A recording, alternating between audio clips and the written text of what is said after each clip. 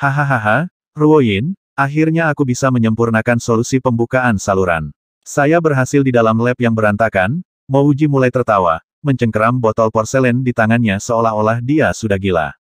Ding, secangkir gelas jatuh ke tanah, menumpahkan teh kemana-mana. Seorang gadis cantik dalam congsam merah-merah berdiri di ambang pintu, menatap kosong pada Mouji yang histeris. Hanya setelah beberapa saat dia berbicara dengan suara menggigil, "Wuji, apakah kamu berhasil? Apakah Anda benar-benar berhasil?" Mouji menatap gadis cantik yang berdiri di pintu masuk. Dia tahu bahwa Xia Ruoyin datang untuk melayani dia secangkir teh. Informasi ini sangat mengejutkan Xia Ruoyin karena kegirangannya. Cangkir itu terlepas dari tangannya dan jatuh ke tanah. "Ruoyin, sama sekali tidak ada kesalahan kali ini. Saya baru saja mencoba setengah dari botol itu, tetapi saya dapat dengan jelas merasakan seolah-olah api membakar meridian saya ketika mereka secara bertahap dibuka dan diperluas. Saat ini, meridian saya masih dalam proses pembukaan, tetapi kami telah berhasil." Mouji, sambil memegang botol porselen, dengan penuh semangat berjalan ke gadis itu dan meraih tangannya. "Ruoyin, ini sulit bagimu. Selama bertahun-tahun, saya telah didedikasikan untuk meneliti solusi pembukaan saluran dan saya tidak merawat Anda. Sebaliknya, Anda harus merawat saya. Mari kita nikahi. Setelah itu, kami akan memulai perusahaan yang mengkhususkan diri dalam produksi solusi pembukaan saluran. Saya percaya bisnis kami akan segera menjadi sensasi di seluruh dunia." Gadis itu akhirnya tenang, tetapi dia masih berbicara dengan suara menggigil, "Apakah kamu mencatat formula obat?" Mouji mengangguk, "Ruoyin, jangan khawatir. Saya memiliki semua informasi di laptop saya. Di sini, lihatlah." Setelah Mouji selesai berbicara, dia berbalik dan berjalan menuju laptopnya. Tiba-tiba, dia merasakan sesuatu yang dingin, diikuti oleh rasa sakit luar biasa dari punggungnya. Setelah melihat ujung pisau yang muncul dari dadanya, dia menyadari bahwa seseorang telah menikamnya dari balik punggungnya. Rasa sakit menyebabkan dia merasa sangat pusing dan kekuatannya mulai memudar. Mouji perlahan memutar kepalanya saat dia secara tidak sadar melihat tangan yang menggenggam pedang itu. Itu milik Xia Ruoyin. Dengan mata terbuka lebar, dia bergumam, "Ruoyin, kenapa? Mengapa?" Dia masih tidak percaya bahwa kekasihnya yang dicintainya selama bertahun-tahun akan menikamnya. "Saya minta maaf, Wuji. Saya minta maaf." Tangan Xia Ruoyin gemetar saat getaran menembus seluruh tubuhnya.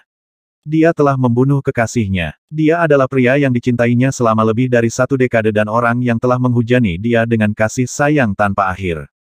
2 tetes air mata muncul di sudut mata Mouji. Dia merasa tubuhnya menjadi lebih dingin pada detik. Dia secara bertahap kehilangan kesadarannya dan matanya mulai kehilangan keharumannya.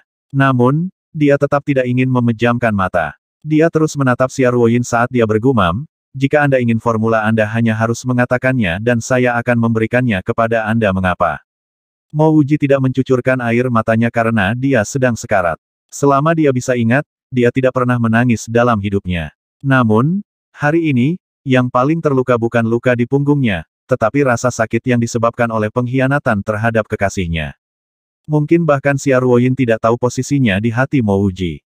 Jika dia memintanya, Mouji akan bersedia mati untuknya. Namun, Xia Ruoyin, wanita yang dengan senang hati dia mati, telah menikamnya pada hari yang menentukan ini. Mungkin pertanyaan itu akan tetap tidak terjawab untuk waktu yang lama. Mungkin dia bahkan tidak akan bisa beristirahat di kuburnya. Matanya yang suram akhirnya tertutup, meninggalkan 2 tetes air mata di sudut matanya. Mata Xia Ruoyin juga meneteskan 2 baris air mata, yang jatuh di sudut mata Mouji, membasuh air matanya. "The Fallen Prince. Gua." Suara melengking dari burung gagak membangunkan Mouji. Begitu dia mengangkat kepalanya, dia melihat seekor burung gagak terbang di atasnya, dengan cepat menghilang bersama tangisannya yang melengking. "Di mana aku?" Mouji merasa aneh. Dia tampak duduk di kuburan yang baru ditumpuk, dikelilingi oleh 7 hingga 8 anak yang berlutut di depannya. Di antara mereka, seorang gadis muda yang mengenakan rok berwarna biru sedang memegang keranjang bambu di sampingnya. Karena Mouji masih bingung tentang situasinya, gadis muda itu berbisik dengan suara lembut, "Semua orang berperilaku baik hari ini. Namun, tidak ada lagi manisan tersisa, jadi mari kita menyebutnya sehari dan kembali ke besok untuk terus bermain." Apakah game-game ini dimainkan dalam dinasti kaisar sebelumnya? Mengapa adegan ini terasa begitu akrab? Mouji terkejut karena adegan ini mirip adegan terakhir dari novel di mana Mu Rongfu berada. Mu Rongfu menjadi gila karena apa yang harus dia lakukan untuk negaranya. Sepupunya yang cantik dan kekasih masa kecilnya Wang Yuyan meninggalkannya untuk pria lain, dan pada akhirnya, semua yang ia tinggalkan di sisinya adalah seorang pelayan bernama Abi. Adegan ini adalah adegan setelah Mu Rongfu menjadi gila karena negara yang hilang dan Abi mengumpulkan beberapa anak untuk bermain bersamanya. Panjang umur Raja, selamat tinggal Rajaku. Kami akan kembali untuk lebih banyak permen besok. Anak-anak bubar setelah mengucapkan kata-kata ini dengan tidak teratur. Mo Wuji menatap seluruh tempat, dan dia melihat beberapa pria dan wanita muda berjalan lewat. Ketika dia mengistirahatkan matanya pada seorang wanita yang mengenakan rok ungu, dia sangat tergila-gila oleh kecantikannya sehingga dia benar-benar lupa tentang situasinya saat ini. Wanita dalam rok ungu bertukar pandang dengan Mo Wuji. Dia tampak bingung, simpatik, dan kecewa dengannya. Para pria dan wanita muda dan menarik lainnya sepertinya sedang berdiskusi dan tertawa tentang dia ketika mereka lewat. Tidak bisa. Tiba-tiba, Mo Wuji memikirkan skenario yang mengerikan. Mungkinkah setelah kematian saya terlahir kembali ke tubuh Mu Rongfu? Apakah jiwa kita benar-benar menyeberang ke tubuh lain di dunia ini? Dan mengapa jiwaku bersilangan? Apa yang saya lakukan sebelum ini? Pada titik ini, Mo Wuji mulai sakit kepala. Dia akhirnya ingat bahwa setelah dia berhasil mengembangkan solusi, kekasihnya yang dia rela mati untuk menikamnya. Dengan pemikiran ini, seluruh roh Mo Wuji diliputi kesedihan. Sakit kepalanya yang berdenyut menyebabkan dia memikirkan hal ini tidak lebih jauh. Ada banyak sekali informasi yang membanjiri kepalanya. Baru setelah 2 jam penuh Mo Wuji akhirnya mengerti apa yang sebenarnya terjadi. Dia menyadari bahwa ini bukan dinasti Song lagi, dan dia tidak hanya dilahirkan kembali ke tubuh Mu Rongfu. Ini bahkan bukan bumi. Dia saat ini di Raozhou City, ibu kota negara bagian Chengyu. Dia dipanggil Mo Xinghe, pangeran dari provinsi Qin Utara. Ayahnya menamainya Mo Xinghe setelah kekaisaran Qing Han. Mo Xinghe tidak bisa mengingat dengan tepat seberapa besar dunia ini, tapi dia tahu bahwa kekaisaran Qing Han bukanlah satu-satunya kerajaan. Setiap kekaisaran dibagi menjadi negara bagian, dan setiap negara bagian dibagi lagi menjadi banyak prefektur. Mo Xinghe milik Northern Qin Prefecture di bawah Chengyu State, dan Chengyu milik Kekaisaran Qing Han. 19 tahun yang lalu, kakek Mo Xinghe, Mo Tiancheng, adalah penguasa Northern Qin Prefecture. Setelah dia tiba di negara Chengyu, dia tiba-tiba menghilang. Akibatnya, Northern Qin Prefecture membutuhkan tuan baru, dan tuan ini harus mendapat persetujuan dari tuan negara. Jika bukan karena hilangnya Mo Tiancheng yang tiba-tiba, Mo Tiancheng bisa menyerahkan tahta langsung kepada anak-anaknya dan melaporkannya kepada tuan negara. Namun, Mo Tiancheng hilang dan dia tidak memberikan tahtanya kepada siapapun secara resmi. Oleh karena itu, penerus sekarang harus secara pribadi menuju ke negara untuk mengambil alih tahta di depan semua prefektur dan penguasa negara lainnya. Orang tua Mo Xinghe memutuskan untuk membawa Mo Xinghe ke kota Raozhou karena 2 alasan. Pertama, mereka ingin mencari Mo Tiancheng. Kedua, ayah Mo Xinghe, Mo Guangyuan, selalu ingin mendapatkan pengakuan dari bangsawan lain dan menggantikan tahta ayahnya. Awalnya, menggantikan tahta adalah urusan sederhana. Tidak ada yang mengira itu akan dipenuhi dengan begitu banyak rintangan yang berbeda. Orang tua Mo Xinghe telah menghabiskan banyak uang, dan berlari-lari selama lebih dari 1 dekade namun, mereka masih belum berhasil menyukseskan tahta. Orang tua Mo Xinghe meninggal karena sakit dan Mo Xinghe mewarisi obsesi ayahnya untuk menyukseskan tahta. Dengan kematian orang tua Mo Xinghe, keluarga Mo akhirnya menghabiskan semua uang mereka. Mo Xinghe kemudian bergerak selama beberapa tahun tanpa mencapai sesuatu yang berarti. Ketika dia mengetahui bahwa Northern Qin Prefecture telah diambil alih oleh bangsawan Chengyu, Mo Xinghe menjadi gila dan kemudian terlahir kembali sebagai Mo Wuji. Mo Wuji juga berhasil mengingat siapa wanita dalam rok ungu itu. Namanya adalah Wen Manzu dan ayahnya adalah teman dekat dengan orang tua Mo Xinghe. Mo Xinghe dan Wen Manzu adalah kekasih masa kecil dan meskipun mereka tidak dijanjikan satu sama lain, semua orang setuju bahwa keduanya akan tumbuh dan bersama. Sejak Mo Clan kehilangan kesempatan mereka untuk naik ke tersatu, bersama dengan kematian orang tua Mo Xinghe dan hilangnya kewarasan Mo Xinghe, Wen Clan secara bertahap mengabaikan Mo Xinghe. Ketika Wen Manzu tumbuh besar, ia tumbuh terpisah dari Mo Xinghe dan mendekati para pangeran dari keluarga lain yang lebih berpengaruh. Setelah merasakan 2 tetes air mata di punggung tangan, Mo Wuji mengangkat kepalanya dari lututnya dan melihat bahwa itu adalah seorang gadis muda yang sedih, ditandai dengan bekas luka di wajahnya. Sama seperti bagaimana Abi dengan setia tinggal di samping Mu Rongfu, gadis yang dipanggil Yaner ini adalah satu-satunya orang yang tinggal di dekatnya meskipun hanya menjadi pelayannya. Jika bukan karena Yan, Mo Wuji tidak akan pernah terlahir kembali dan tidak ada yang tahu berapa lama Mo Xinghe yang asli akan mati. Selain bekas luka di wajahnya, Yaner juga menderita kekurangan gizi. Dia pucat, rambutnya pirang semua, dan dia tidak memiliki energi bersemangat dari seorang wanita muda yang khas. Itu masih tidak masuk akal. Mo Wuji menggigil. Klan Mo masih merupakan bagian dari klan kerajaan, jadi bahkan jika ayah Mo Xinghe tidak dapat menggantikan tahta, di negara kaya ini, dia seharusnya tidak meninggal karena sakit dalam kemiskinan. Apakah tidak mungkin baginya untuk meninggalkan kota Raozhou dan kembali ke Northern Qin Prefecture sesegera mungkin? Atau, apakah itu tidak ada pengawalan atau uang yang diberikan kepada Mo Clan? Pasti ada yang salah di sini. Mo Wuji mendongak dan melihat Yaner menyeka matanya yang sedikit kemerahan saat dia dengan lembut bertanya, "Rajaku, bisakah kita kembali sekarang?" Mo Wuji menundukkan kepalanya dan menghela nafas, bukan hanya Yaner tetapi juga keadaan dan tubuhnya saat ini. Bahkan saat bermain seperti permainan yang kekanak-kanakan, Yaner tetap harus sopan dan meminta izin seolah-olah dia benar-benar dalam status kerajaan. Namun, Mo Wuji pulih dengan sangat cepat dan merasa bahwa dia harus sangat marah pada dirinya sendiri. Dia memiliki perasaan campur aduk tentang apakah dia harus bersyukur bahwa dia tidak mati, patah hati bahwa kekasihnya adalah orang yang berkomplot melawan dia atau sedih bahwa dia tidak bisa lagi kembali ke bumi.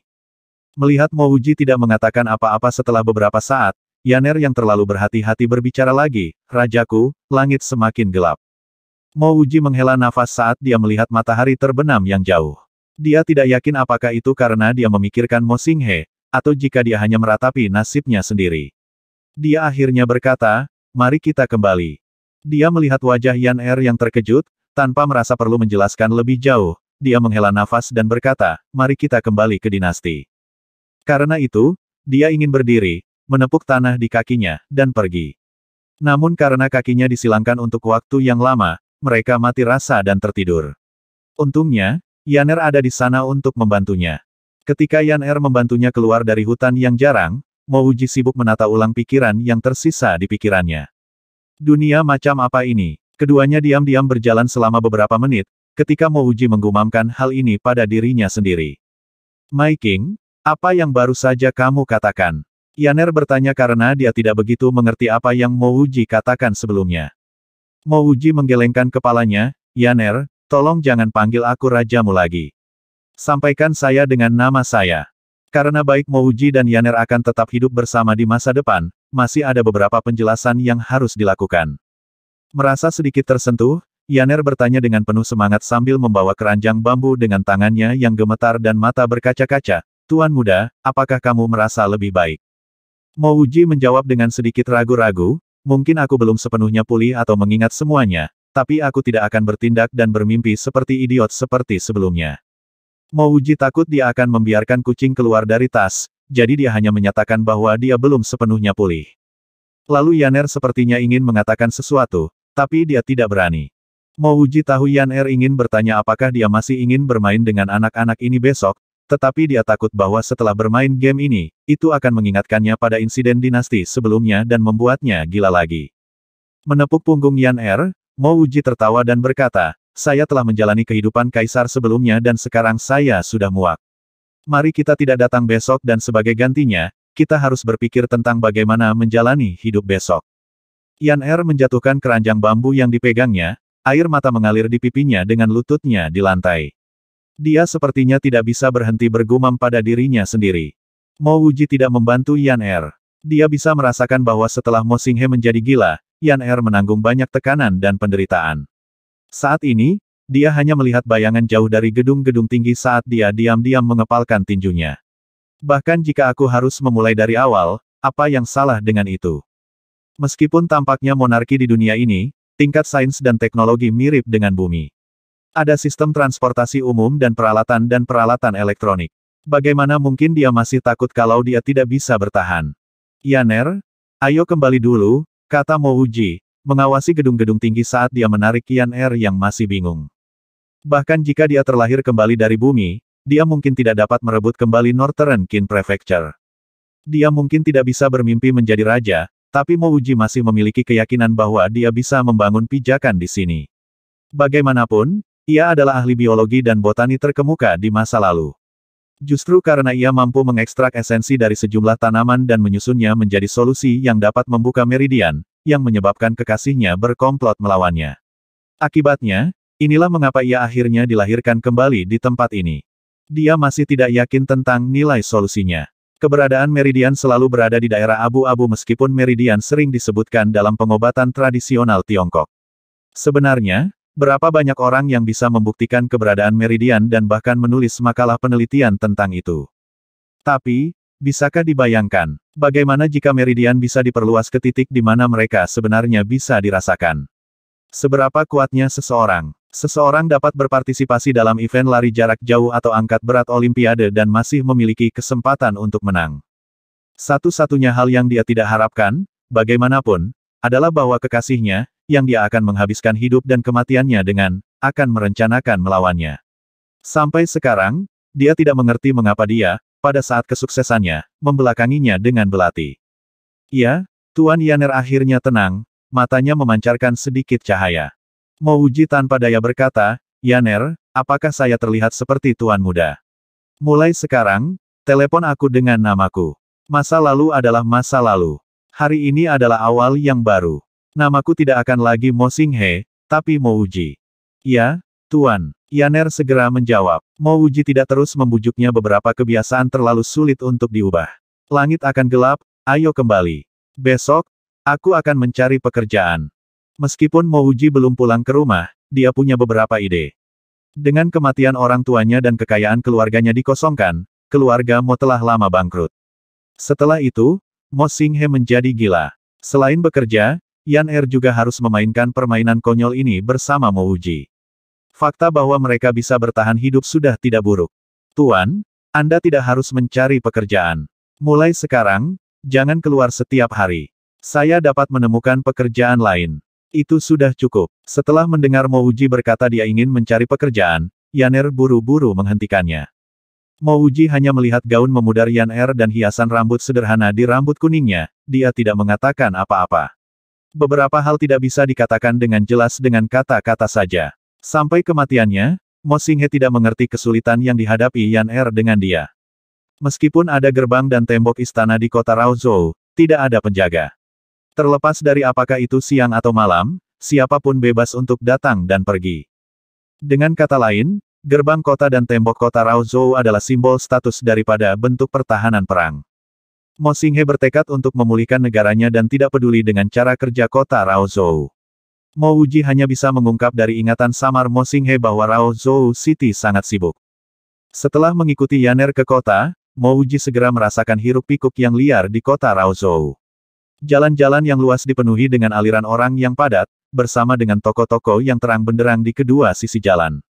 Mo Wuji bahkan menduga bahwa ini adalah kota modern dari bumi. Area yang ramai ini tentu saja bukan tempat di mana Mo Wuji bisa hidup. Setelah keduanya melewati jalan-jalan yang sibuk dan berjalan selama hampir 1 jam, mereka sampai di daerah pemukiman yang berantakan. Di sini, lampu tampak redup dan redup. Mo Wuji bisa melihat dari jauh ruang yang berantakan tempat mereka tinggal.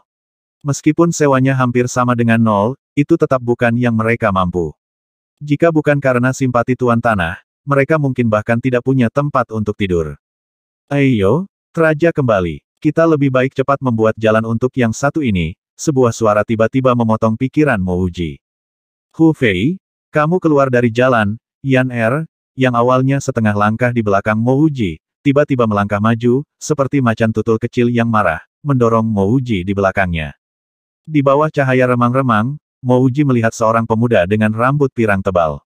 Meskipun dia mengatakan untuk memberi jalan pada Mo Wuji, dia berdiri di tengah jalan tanpa menunjukkan niat sedikit pun untuk melakukannya. Little Yaner, Big Brother Hu khusus membeli setengah kati daging babi untukmu. Anda melakukan ini pada saya membuat saya merasa sedih, kata Hu Fei sambil bermain-main dengan paket daun teratai di tangannya. TL makanan Cina terkadang dibungkus dengan daun teratai pandan pisang. Perut Mo Wuji yang mengecewakan bergemuruh dengan keras. Yan Er, yang awalnya ingin agar Hu Fei keluar dari jalan, ragu-ragu sambil melihat paket daun teratai. Bukankah ini lebih baik? Kamu dan Big Brother Hu bukan orang asing, kata Hu Fei, sambil mendekat untuk meletakkan tangannya di bahu Yan Er. Meskipun ada bekas luka di wajah Yan Er bersama dengan tubuhnya yang belum berkembang karena nutrisi yang buruk, dia masih memiliki satu set fitur wajah yang cantik. Mata Yan Er menunjukkan tanda-tanda ragu. Jika dia sendirian, dia tidak akan terganggu dengan Hu Fei. Tapi hari ini, Tuan Muda belum makan sepanjang hari, dan perutnya bergemuruh. Selanjutnya, bahkan tidak ada sebutir beras di rumah. Apa yang bisa dia lakukan bahkan jika dia kembali? Mo Wuji tidak tahu apa yang sedang dipikirkan Yan Er. Dia tidak menunggu tangan Hu Fei mencapai pundak Yan Er sebelum dia menendang dengan kakinya. Hu Fei tidak mengharapkan Mo Wuji bereaksi seperti ini. Mo Wuji menendangnya tepat di dada. Mo Wuji merasa seperti menendang sepotong baja, dan dia harus mengambil serangkaian langkah mundur dari rebound yang kuat. Tuan, apa kamu baik-baik saja? Yan Er dengan cepat berlari, mendukung Mo Wuji. Mo Wuji memandang Hu Fei yang hanya dipaksa mundur satu langkah dan tidak bisa tidak terkejut. Tubuhnya saat ini memang sangat lemah karena bahkan tidak mampu menendang ke bawah Hu Fei. Apakah Hu Fei seorang seniman bela diri? Kau mengejar kematian? Hu Fei tidak mengharapkan Mo Xinghe yang lemah, yang hanya bermimpi menjadi raja, tiba-tiba bertindak melawannya. Dia menjadi marah dan mengeluarkan pisau sepanjang kaki dari pinggangnya dan bergegas menuju Mo Wuji. Beberapa pengamat melihat Hu Fei bergegas menuju Mo Wuji, tetapi tidak ada yang maju untuk membantu. Mereka bahkan tidak mengucapkan sepatah kata pun. Hu Fei, cepatlah berhenti. Ini siang hari yang bolong dan Anda berani melakukan pembunuhan. Wajah Yan Er menjadi pucat pasi, dan dia tidak menyadari bahwa ini sudah malam. Haha, aku sudah lama ingin menyingkirkan idiot ini. Hari ini, idiot ini bertindak melawan aku terlebih dahulu, bahkan jika aku membunuhnya, aku hanya akan mendapatkan denda. Yan Er, saya melakukan ini untuk Anda. Jika Anda mengikuti saya, Anda dapat memiliki makanan untuk dimakan dan pakaian yang akan dikenakan. Hu Fei tampaknya tidak berniat untuk berhenti.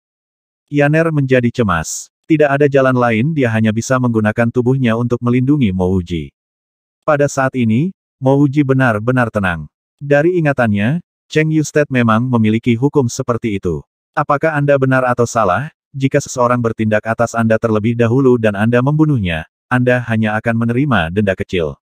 Mengetahui bahwa sudah terlambat untuk penyesalan, Mo Wuji dengan cepat menarik Yan Er ke samping. Dia dengan tenang menatap Hu Fei dan berkata, Hu Fei, jika Anda berani bahkan menyentuh sehelai rambut saya, Anda akan mati dengan kematian yang mengerikan.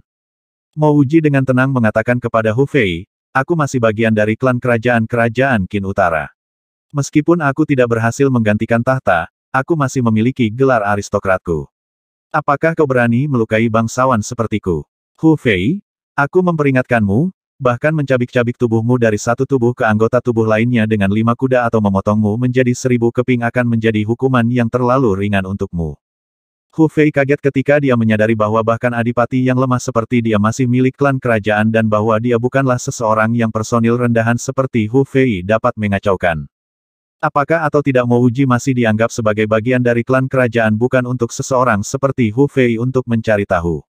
Namun Mo Wuji benar dalam menyatakan bahwa jika seseorang menyakiti seorang bangsawan, hukuman seperti merobek tubuh dari dahan ke anggota tubuh dengan 5 kuda tentu akan mudah bagi pelaku. Hu Fei menyadari konsekuensi dari menyakiti seorang bangsawan dan dengan cepat menjawab, Rajaku, aku hanya bercanda denganmu, aku tidak akan pernah berani menyentuhmu.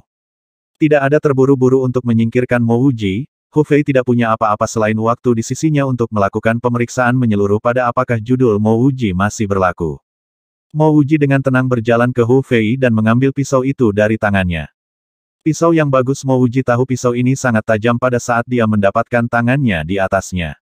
Setelah melepaskan pisau di tangannya, Hu Fei tanpa sadar mundur beberapa langkah dan dengan hati-hati mengamati Mo Wuji. Yan mengawasi mereka berdua dengan gugup. Meskipun pisau itu bersama Mo Wuji sekarang, Yan Er masih tidak bisa membantu tetapi panik. Setelah melayani Mo Wuji untuk waktu yang lama, dia jelas tahu bahwa Mo Wuji hanyalah seorang sipil seperti yang lain dan tidak lagi memegang gelar aristokrat. Dengan kata lain, karena Mo Wuji menyerang Hu Fei terlebih dahulu, bahkan jika Hu Fei benar-benar membunuh Mo Wuji, Hu Fei paling banyak akan dihukum dengan denda kecil. Melihat pisau di tangannya, Mo Wuji menatap mata Hu Fei dan berkata, Hu Fei, saya tidak mencoba menggunakan posisi saya untuk mengancam Anda. Bahkan jika aku bukan lagi bagian dari klan kerajaan, nenek moyangku dukes sekali dan kau tidak akan lolos dengan melukai keturunan mereka. Menyakiti keturunan dari darah bangsawan, bukankah itu setara dengan tidak menunjukkan bentuk penghormatan apapun terhadap negara Chengyu? Mo Wuji menyeringai dingin saat dia menyelesaikan kalimatnya. Hu Fei terus merenung jika Mo Wuji benar-benar bagian dari klan kerajaan. Karena jika tidak, Hu Fei yakin menyelesaikannya meskipun pisau itu bersama Mo Wuji. Setelah mendengar apa yang baru saja dikatakan Mo Wuji, pikirannya menghilang dengan cepat tanpa jejak dan dia menjawab, "My King, personil rendahan sepertiku hanya bercanda denganmu sebelumnya." Hu Fei juga bertanya-tanya bagaimana perubahan sikap Mo Wuji bisa begitu drastis. "Aku bukan lagi raja sekarang, skram sebelum aku berubah pikiran." Mo Wuji menyimpan pisau Hu Fei di tabung bootnya. "Ya, ya Tuan Mo harap berhati-hati." Hati Hu Fei merasa sakit ketika dia menyaksikan Mo Wuji menyimpan pisaunya dan pergi. Pisau itu selalu bersama Hu Fei dan sedikit dia mengharapkan seseorang untuk mengambilnya dari dia hari ini. Dia akan berbohong jika dia mengatakan hatinya tidak sakit. "Tuan, kamu tidak lagi." Ketika Hu Fei pergi, Yaner dengan hati-hati berjalan dan berbisik ke Mo Wuji. Mo Wuji menginterupsi dan berkata, "Aku tahu, mari kita bicara ketika kita kembali."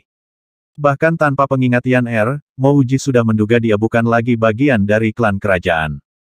Mereka tinggal di ruang yang sangat sempit dan hanya ada kain tua yang memisahkan dua tempat tidur kayu. Tidak ada yang berharga di rumah. Mo Wuji tahu bahwa apapun yang berharga, bahkan 1 sen, akan dijual oleh Yaner untuk membeli manisan untuk bermain dengan anak-anak. Mo Wuji melihat dirinya di cermin tergores yang tergantung di depan tempat tidurnya. Dia menyerupai dirinya sendiri di kehidupan sebelumnya dan rambut keringnya yang panjang diikat sangat rapi oleh Yaner. Meskipun wajahnya pucat, itu jauh lebih baik dibandingkan dengan wajah kurus Yaner yang kekuningan. Selain mata yang lelah, alisnya yang licin dan hidungnya yang tajam membuatnya terlihat tampan. "Tuan, saya akan pergi ke rumah Bibi Lu untuk meminjam beras," Yaner mengatakan saat dia masuk ke rumah. Dia masih merasa Mo Wuji seharusnya mengambil dan menyimpan bungkusan daging babi dari Hu Fei sebagai ganti pisau. "Tunggu." Mo Wuji menghentikan Yaner. Mo Wuji bertanya Yaner saat dia melihatnya membalikkan kepalanya dengan penuh rasa ingin tahu menatapnya. "Yaner, Hu Fei tampaknya dilatih dalam seni bela diri karena dia lendir lebih kuat dari saya. Dia hooligan, tapi dari mana dia mempelajarinya?" Dari apa yang Mo Wuji ingat, dunia ini bukanlah tempat yang penuh dengan seniman bela diri papan atas. Hak apa yang dimiliki Hu Fei bahwa dia bisa belajar seni bela diri ketika keturunan bangsawan seperti dirinya tidak bisa? Yaner mengungkapkan ekspresi penghinaan dan menjawab, "Hu Fei hampir tidak belajar beberapa gerakan dari orang lain, dan dia bahkan tidak bisa membuka rohnya. Bagaimana dia bisa dianggap sebagai seniman bela diri sejati? Saya telah mendengar dari kakek Anda bahwa kakek buyut Anda adalah seorang seniman bela diri spiritual sejati. Apa yang membuka roh?" Mo Wuji dengan cemas bertanya karena dalam ingatannya, selain negara sebelumnya, sama sekali tidak ada yang lain. Mungkinkah dia salah dan bahwa tempat ini masih tempat di mana orang bisa menguasai seni bela diri? Pada saat ini, dia merasa bersemangat dan bersemangat untuk belajar seni bela diri jika itu benar-benar mungkin sekarang. Ini agar jika suatu hari dia bisa kembali ke bumi, dia bisa bertanya padanya secara pribadi kenapa. Yaner tidak terkejut pada Mo Wuji yang tidak tahu apa pembukaan roh itu. Yang paling mengejutkan Yaner adalah tuan muda itu sebelumnya tidak peduli tentang hal-hal seperti itu, mengapa dia begitu ingin tahu tentang hal itu sekarang. Dia masih memutuskan untuk mengatakan kepadanya semua yang dia ketahui. Pembukaan roh membantu seseorang dengan akar spiritual membangkitkan akar spiritual mereka dan membuka saluran spiritual mereka. Hanya mereka yang memiliki akar gembira dan saluran terbuka yang akan mampu kultivasi dan menguasai seni bela diri. Saya telah mendengar bahwa membuka lebih banyak saluran selama percobaan pertama akan menunjukkan akar spiritual yang lebih berkualitas. Mo Wuji segera menangkap 2 poin utama dari apa yang dikatakan Yaner. Yang pertama adalah belajar seni bela diri, seseorang harus memiliki akar spiritual. Yang kedua harus bisa membuka jaringan spiritual mereka. "Yaner, mengapa tuan tua itu tidak membawa saya untuk membuka semangat saya?" Mo Wuji bertanya dengan penuh semangat. Nada Yaner menjadi lebih dalam dan berkata, "Ketika tuan tua pertama kali datang ke kota Raozhou, dia terlalu sibuk berusaha menyukseskan tahta. Ketika dia menyadari bahwa itu tidak mungkin lagi, dia ingin membiarkan kamu belajar seni bela diri.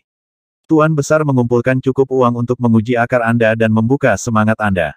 Namun setelah tes, ditemukan bahwa Anda memiliki akar fana seperti tuan tua.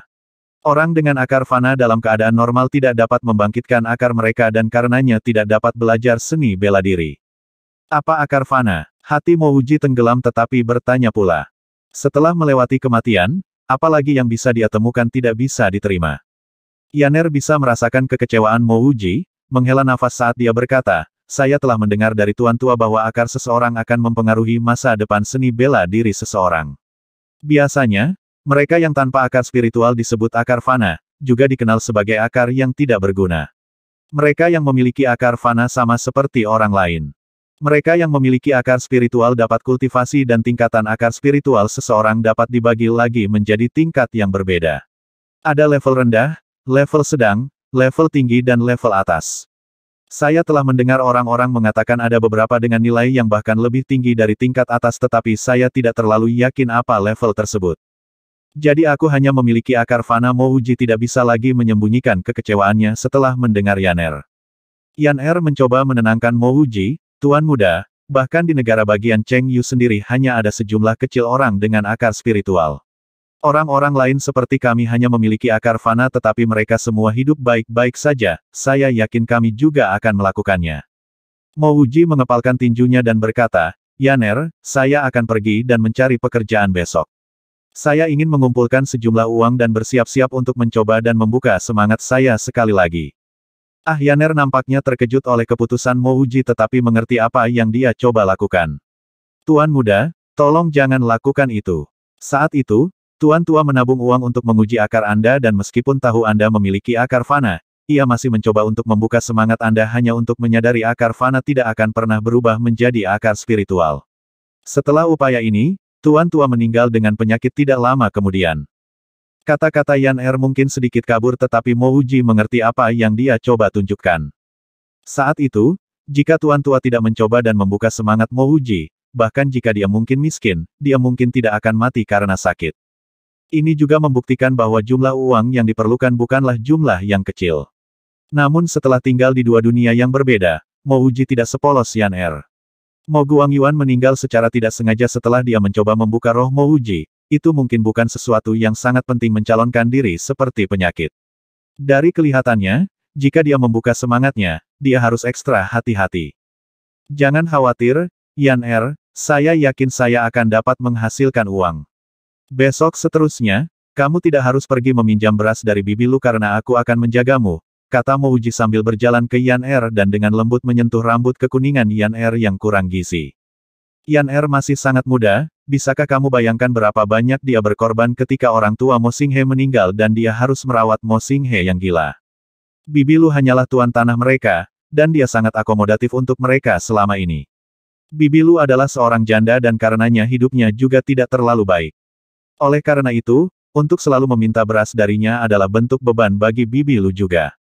Mo Wuji masih ahli botani kedudukan tertinggi di negara yang agak maju ini, bagaimana bisa menyediakan 3 kali sehari menjadi hambatan baginya. Perubahan nasib sudah cukup untuk membuat orang sedih, tapi Mo Wuji tidak peduli. Bahkan jika dia menjadi pangeran yang jatuh, Mo Wuji tidak memasukkannya ke dalam hati.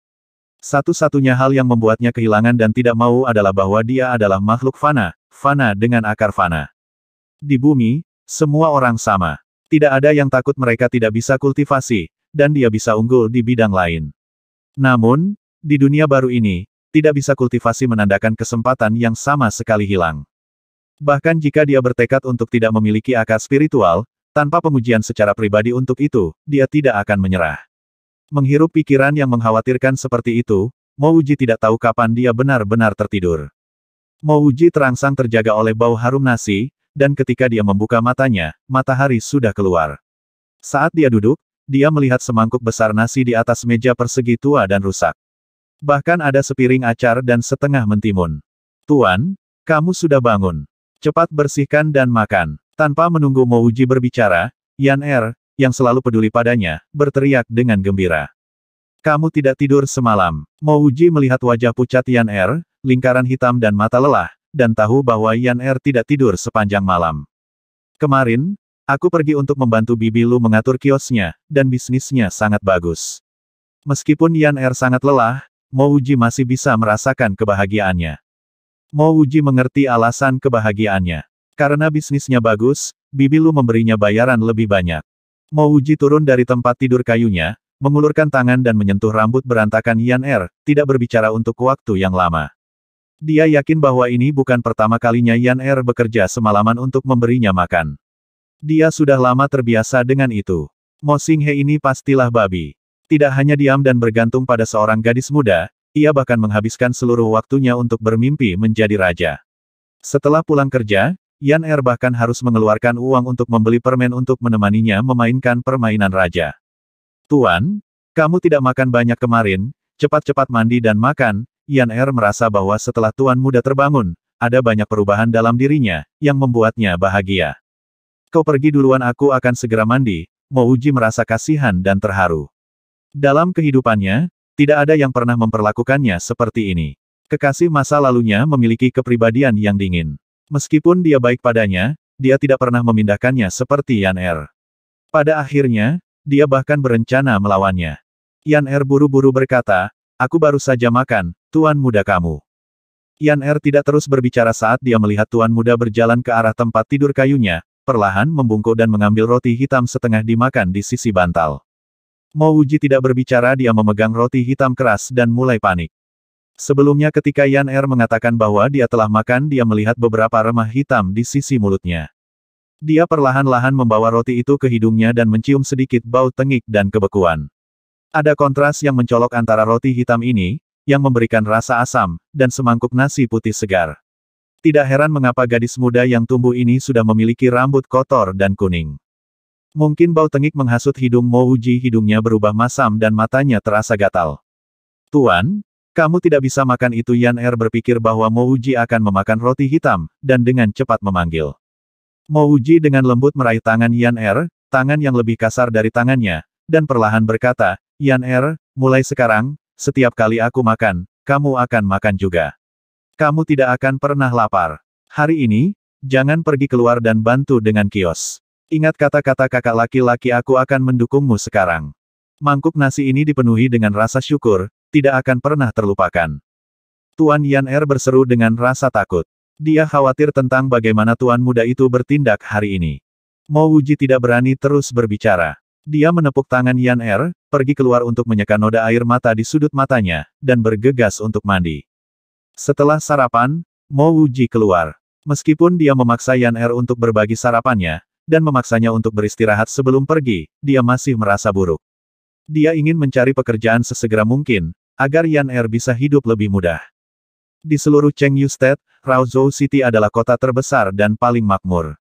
Berjalan di jalan yang ramai, Mo Wuji merasakan irama kehidupan di kota Raozhou, dan itu tidak lebih lambat dari yang ada di bumi.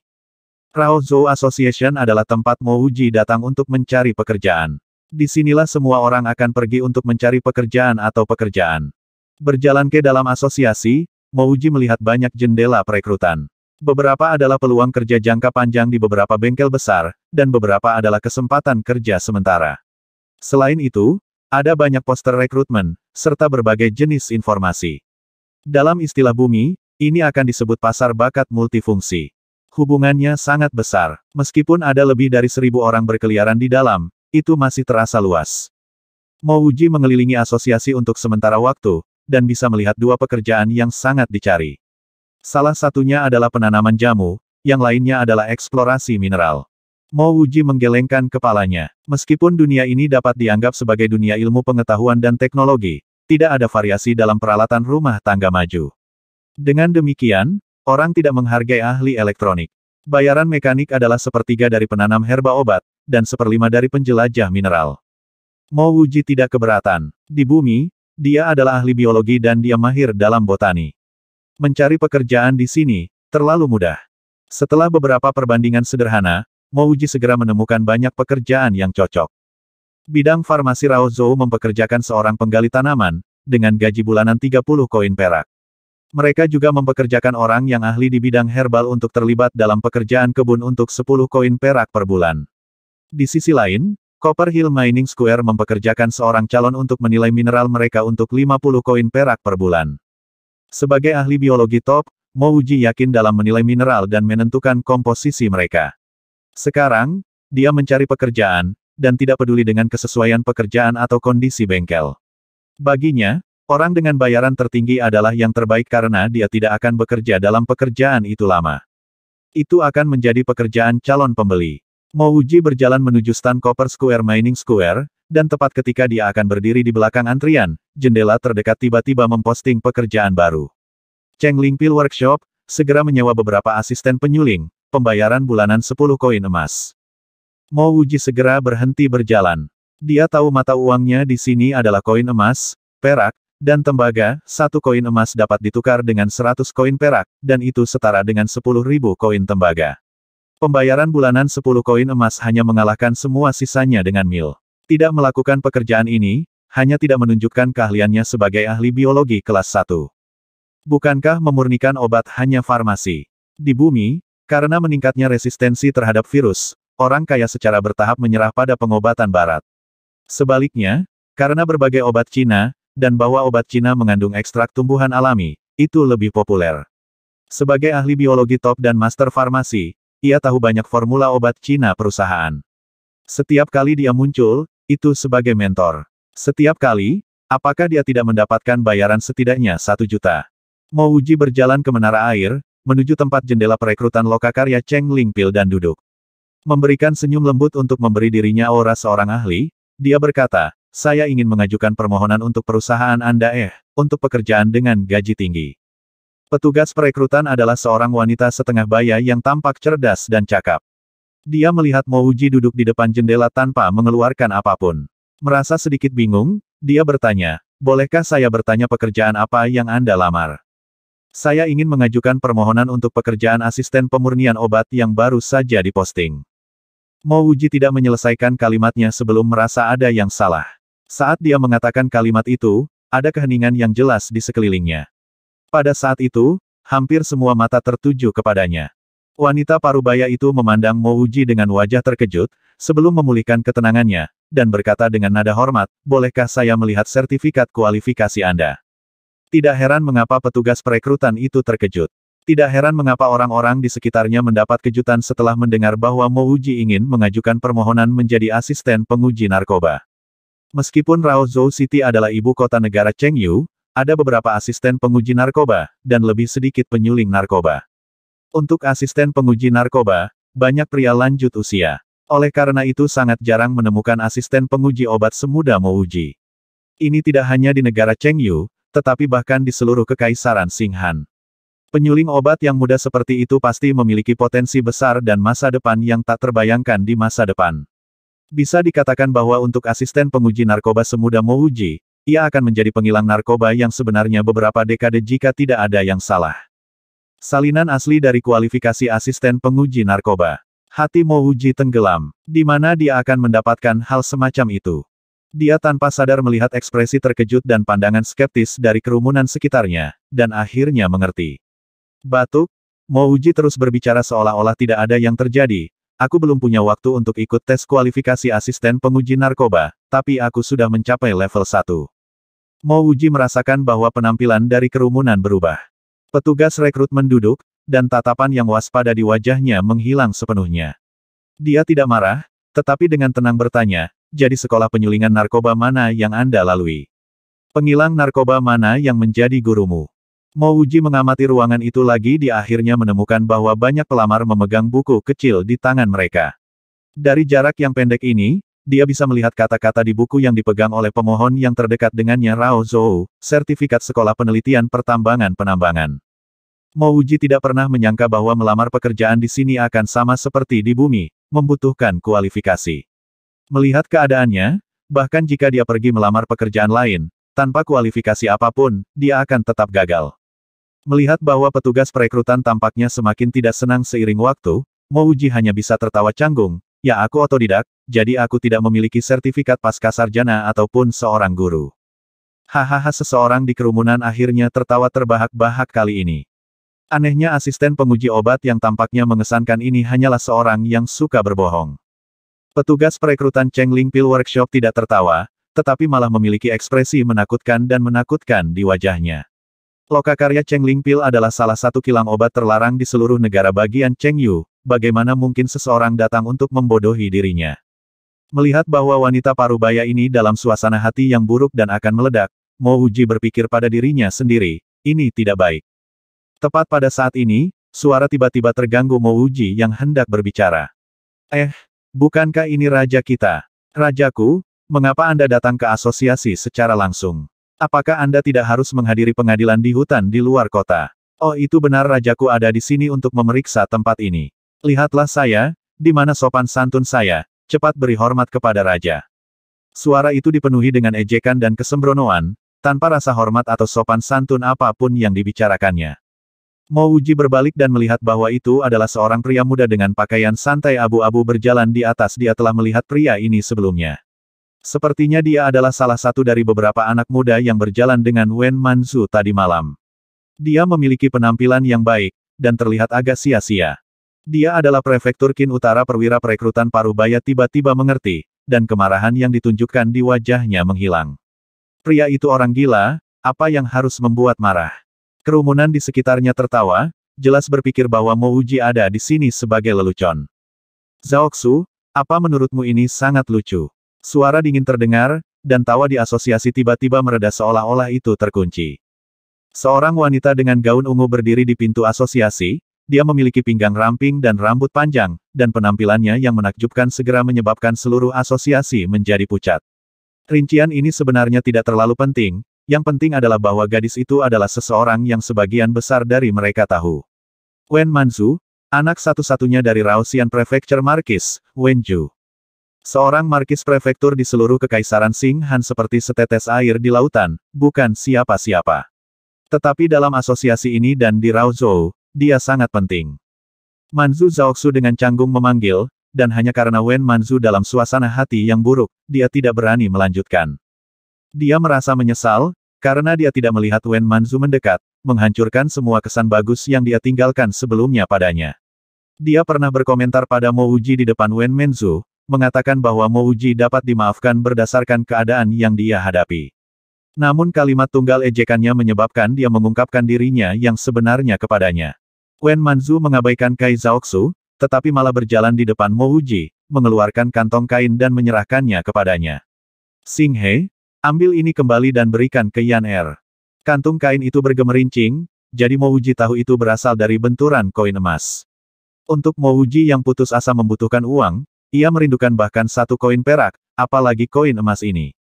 Mo Wuji tidak merasa permusuhan terhadap atau kesan yang baik dari Wen Manzu. Berkaitan dengan pengabaian Mo Xing He yang tidak bersemangat dan gila, Mo Wuji juga tidak merasa marah. Ada terlalu banyak tipe orang di bumi ini, terlalu banyak realis. Jika keluarga Mo jatuh, dan Mo Xing He menjadi gila, Wen Manzu pasti akan pergi. Ada terlalu banyak orang yang akan berbagi nasib baik dengan Anda, tetapi berapa banyak yang akan bersedia berbagi masalah Anda? Karena situasinya saat ini dan pengalaman masa lalunya, itu menyebabkan dia tidak tertarik untuk mengenal seseorang seperti Wen Manzu. Tidak peduli betapa cantiknya Wen Manzu, dia tetap tidak ingin terlibat dengan wanita seperti itu. Bahkan jika dia haus uang, dia tidak akan mengambil uang Wen Manzu. Mo Wuji hidup dengan caranya sendiri, dan dia memiliki harga dirinya juga. Mo Wuji memikirkan Yan Er, yang tidak akan pernah meninggalkannya. Berapa banyak wanita di luar sana yang bisa seperti Yan Er? Anda hanya dapat bertemu seseorang seperti itu sekali dalam hidup Anda, dan itu setelah berdoa untuk itu dengan memukul dan menghancurkan ikan-ikan kayu Buddha yang tak terhitung jumlahnya. Setelah mengalaminya, Mo Wuji hanya bisa tahu lebih jelas betapa berharganya ini. Karena untuk Yan Er, maka kamu harus pergi memberikannya sendiri. Mo Wuji berbalik dan pergi setelah berbicara. Setelah berjalan 2 langkah, dia berhenti, berbalik sekali lagi dan berkata, itu benar, aku dipanggil Mo Wuji, bukan Mo Xing He.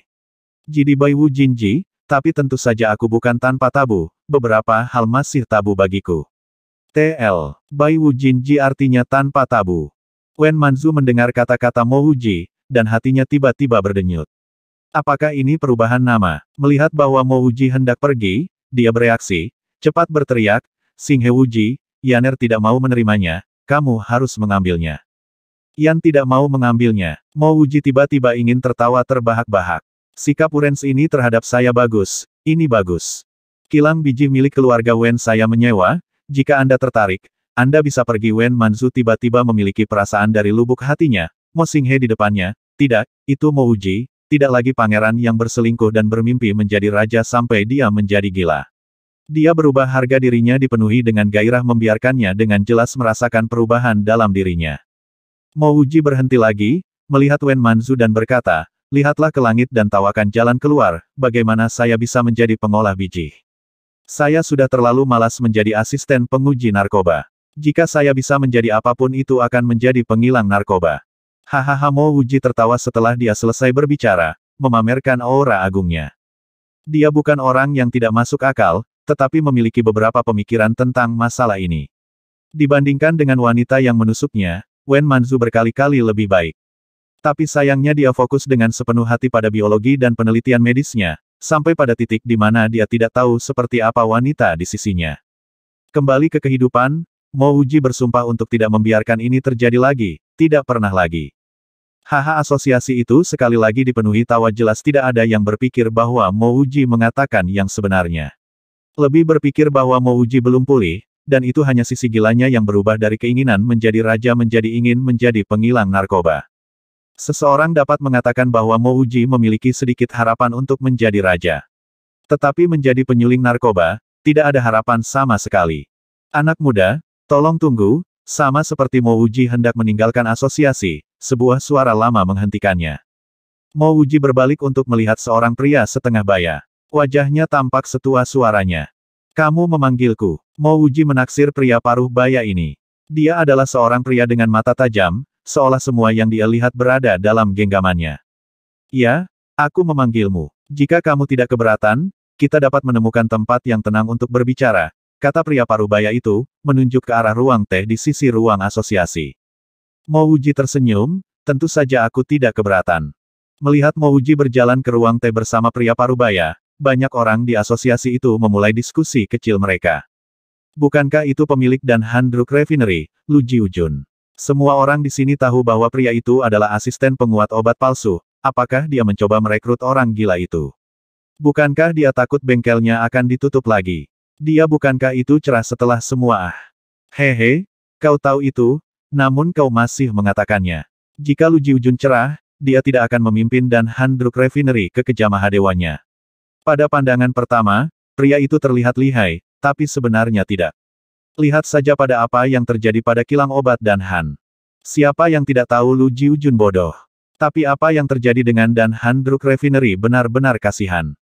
Itu adalah salah satu lokakarya kilang obat terbaik di Chengyu State, bahkan mungkin di Kekaisaran Xinghan. Sekarang, itu hanya sebuah bengkel kecil. Mungkin setelah beberapa waktu, itu akan hilang. Siapa yang membiarkan Lu Jiujun sangat beruntung, mampu mewarisi kilang obat dan Han. Meskipun gagal, setidaknya dia memilikinya. Setidaknya dia tidak harus seperti kita, datang ke sini untuk mencari pekerjaan.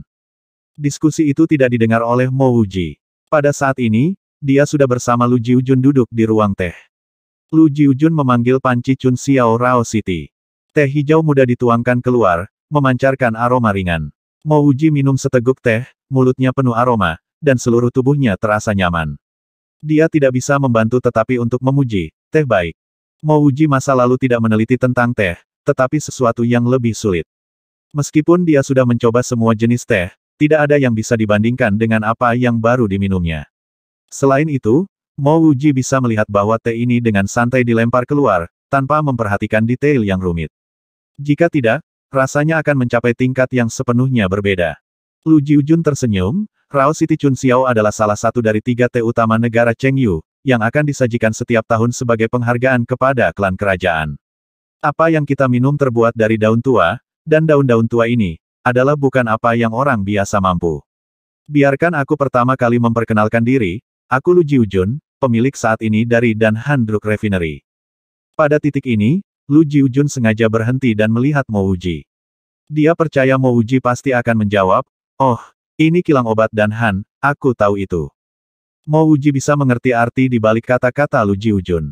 Ternyata kilang obat dan Han tidak sesederhana itu, tapi dia masih berkata dengan meminta maaf, maaf, pemilik Lu, aku benar-benar belum mendengar tentang kilang obat dan Han. Mulut Lu Jiujun terbuka lebar, sepertinya tidak mempercayai kata-kata Mo Wuji. Di Raozhou, yang belum pernah mendengar tentang kilang obat dan Han. Meskipun sudah jatuh, dan banyak toko dan bengkel telah ditelan oleh orang lain, semua ini terjadi baru-baru ini. Masa lalu ketenarannya seharusnya tidak memudar begitu cepat. Setelah beberapa saat terkejut, Lu Jiujun mulai memahami dan berkata dengan sendirinya, sepertinya saya terlalu banyak berpikir. Pangeran Mo terlalu terlibat dalam memulihkan negaranya, tentu saja dia tidak akan memperhatikan masalah komersial. Melihat bahwa Lu Jiujun mengerti, Mo Wuji langsung berkata, Lu Jiujun tahu sejarahku. Kau tidak akan berada di sini untuk mempekerjakanku sebagai penyuling narkoba, kan? Baru saja, dia mengoceh tentang menjadi pengilang narkoba di asosiasi, tapi Mo Wuji sangat jelas. Tidak ada yang akan mengolok-olok hatinya.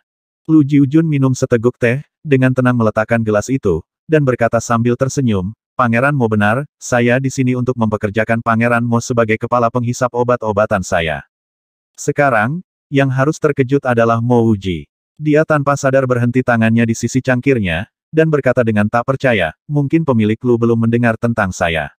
Apakah Anda yakin apa yang saya katakan tadi tidak hanya membual? Atau kata-kata dari orang biasa? Lu Jiujun berkata dengan tenang, saya mungkin tidak bisa memperbaiki narkoba, tapi saya memiliki sepasang mata yang bagus.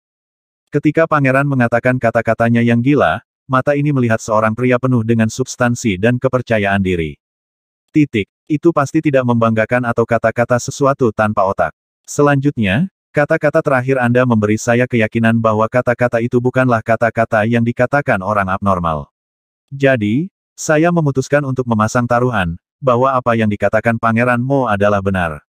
Bagaimana dengan itu, Pangeran Mo? Apakah kamu tertarik untuk bekerja denganku kali ini? Lu Jiujun lebih lanjut menambahkan, oh iya, aku juga punya nama panggilan, Matt Lu.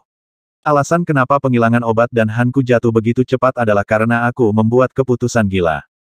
Lu Jiujun bahkan tidak percaya kata-kata yang baru saja dia katakan. Tentu, dia tidak menggunakan Mo Wuji karena percaya diri. Meskipun memainkan peran, ada alasan lain yang lebih penting yang dia ketahui dengan jelas. Yaitu, kakek Mo Wuji, Mo Tiancheng, memiliki identitas yang tidak diketahui orang lain. Identitas penghilang narkoba, tingkat tinggi pada itu.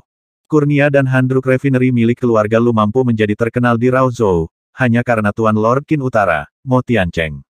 Meskipun kakeknya dan Mo Tiancheng berteman, klan Lu masih membayar mahal untuk mendapatkan dukungan dari Mo Tiancheng. Dengan kata lain, jika bukan karena sebagian besar keuntungan yang akan pergi ke Mo Tiancheng, dan Handruk Refinery mungkin tidak jatuh begitu cepat. Jadi bahkan jika orang lain tidak percaya ketika Mo Wuji mengatakan bahwa dia adalah penghilang narkoba, Lu Jiujun masih sedikit yakin. Jika dia berada di posisi Mo Tiancheng, dia juga akan memberikan keterampilannya kepada keturunannya. Belum lagi kepercayaan diri yang dimiliki Mo Wuji. Tentu saja, hal ini yang Mo Wuji tidak tahu, dia tidak akan pergi dan menjelaskannya kepadanya. Mendengar Lu Jiujun, Mo Wuji tenang. Dia tidak percaya bahwa Lu Jiujun ingin mempekerjakannya sebagai kepala penghisap obat karena Lu Jiujun bertekad bahwa dia tidak berbohong. Tidak ada yang namanya makanan gratis di dunia ini. Mo Wuji sangat jelas tentang itu. Jika pihak lain benar-benar sangat berani, mungkin tidak akan ada kilang obat dan Han. Apa? Jangan bilang kalau Pangeran Mo benar-benar berbohong. Ketika aku sekarang menawarkan posisi, kamu benar-benar mundur. Lu Jiujun melihat bahwa Mo Wuji tidak berbicara, dan menambahkan kalimat lain. Mo Wuji tidak terpicu oleh kata-kata Lu Jiujun, minum segelas teh dan berkata, aku bisa bergabung tapi apa yang akan menjadi gajiku? 50 koin emas per bulan, dengan semua akomodasi disediakan. Selain itu, selama mereka tidak masuk akal, dan Handruk Refinery akan mencoba untuk memenuhi permintaanmu, Lu Jiujun selesai dan menatap Mo Wuji. Dia tidak percaya bahwa Mo Wuji akan menolak bayaran setinggi itu.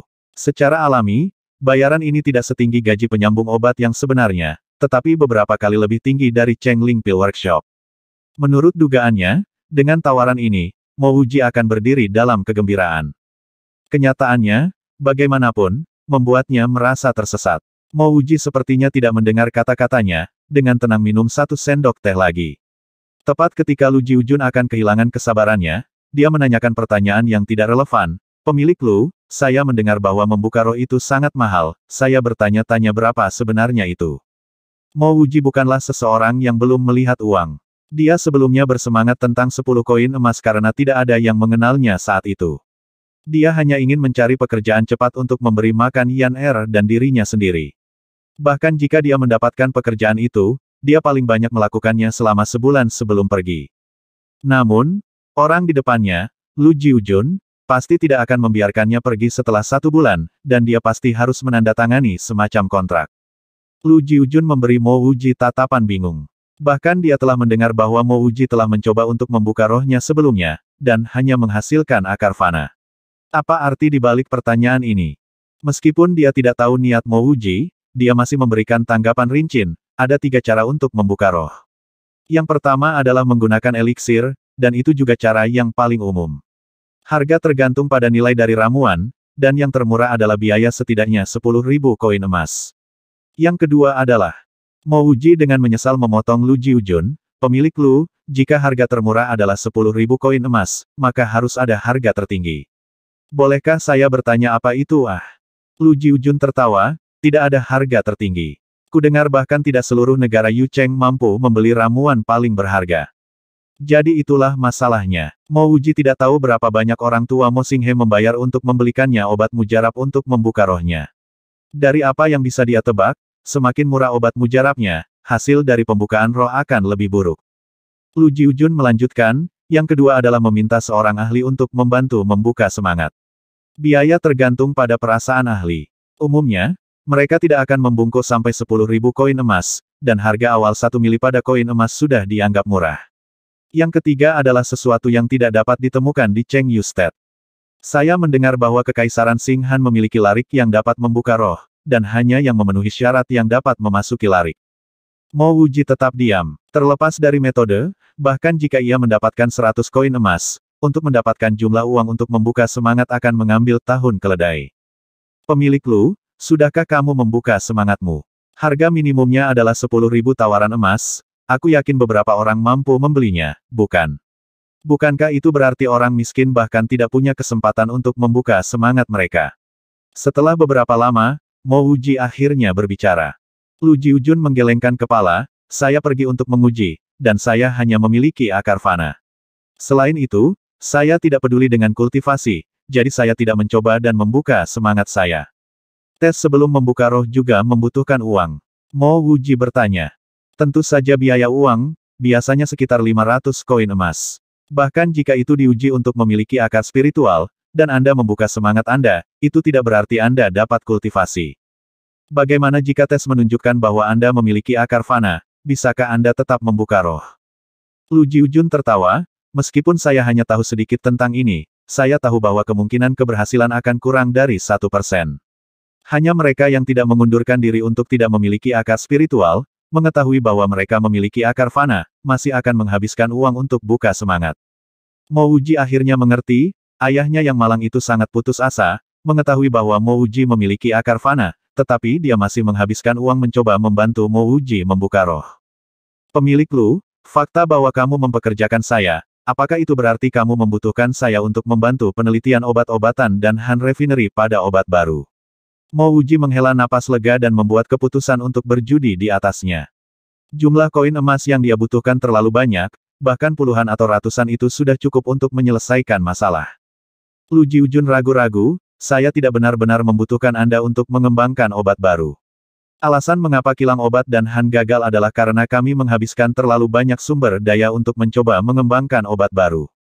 Pengembangan obat-obatan baru gagal dan tidak dapat diproduksi pada waktunya sehingga pesaing kami mengambil kesempatan. Mungkin Anda bisa mulai dengan kreasi asli kami sebagai basis, menghemat banyak waktu dan upaya. Apa yang Lu Jiujun katakan tidak salah sama sekali.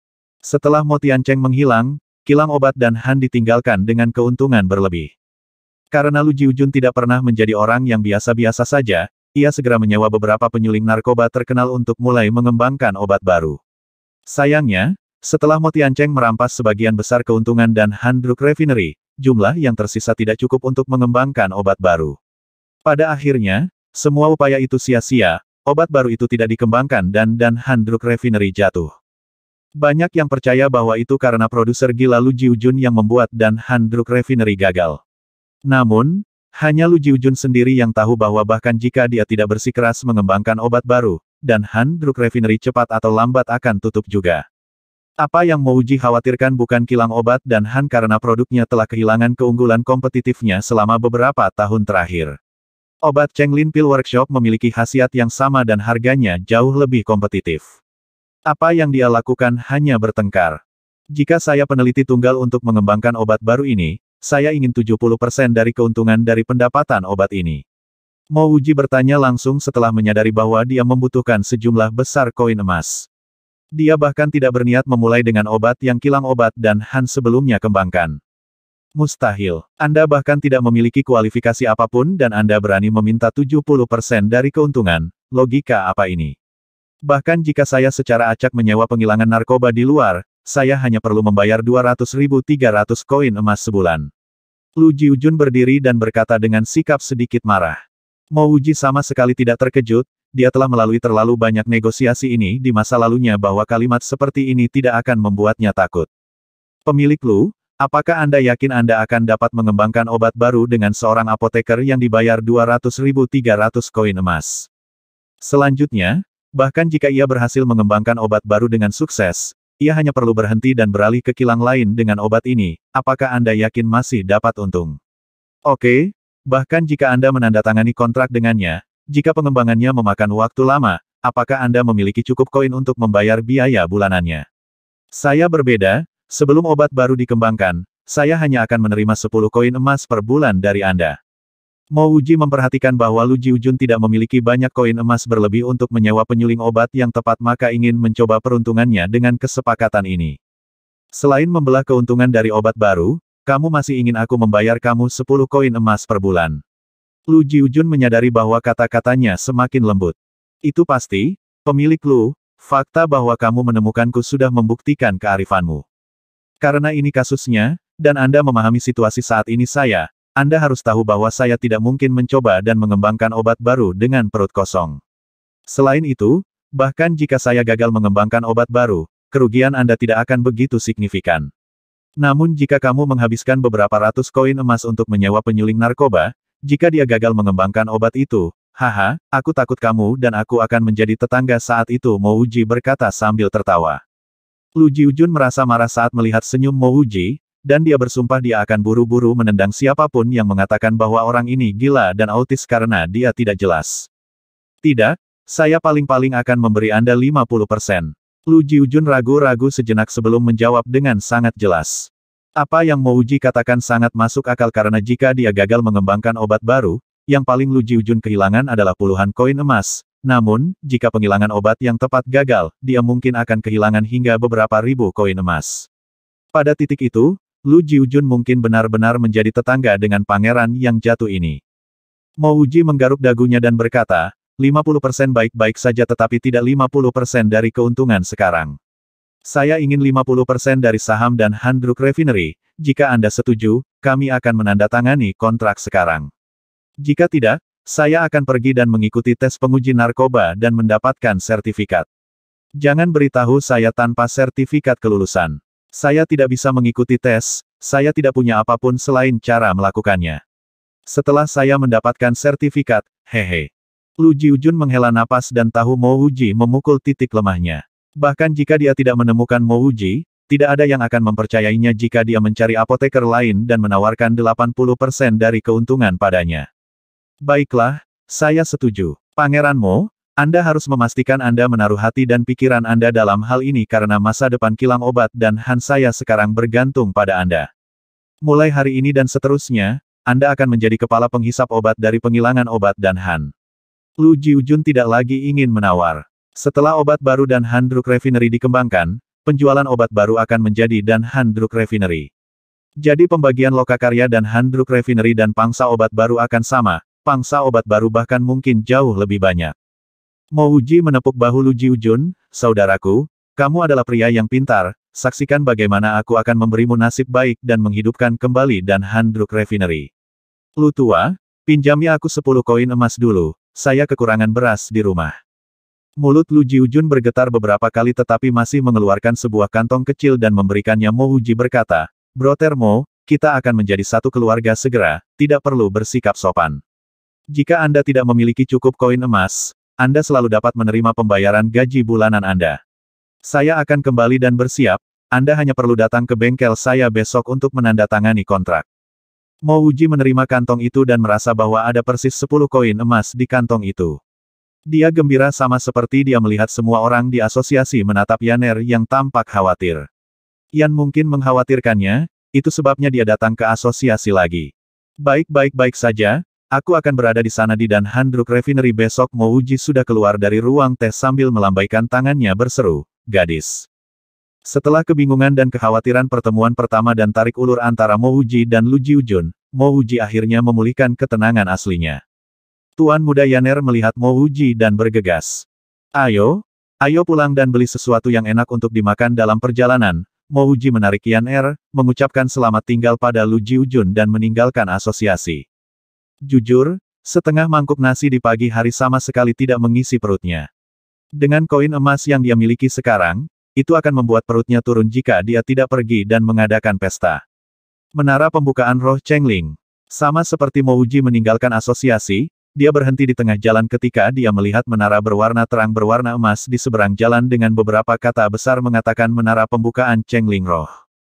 Ketika dia pertama kali datang untuk mencari pekerjaan, dia hanya melihat Raozhou Association dan tidak memperhatikan menara pembukaan roh Chengling di belakangnya. Yaner melihat Mo Wuji berhenti di depan menara pembukaan Chengling roh, menghela nafas dan berkata, Tuan Muda adalah di mana kamu membuka rohmu, Tuan Muda pergi ke sana sebelumnya. Yan secara halus mengingatkannya bahwa dia memiliki akar fana. Mo Wuji mengerti niat Yaner, tetapi masih berkata, Yaner, makan bisa menunggu, mari kita pergi mengunjungi menara pembukaan roh pertama.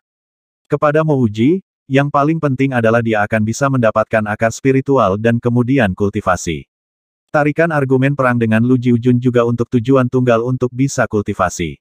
Jika tidak, mengingat kemampuannya, dia akan dengan mudah dapat menghasilkan uang untuk mencari nafkah.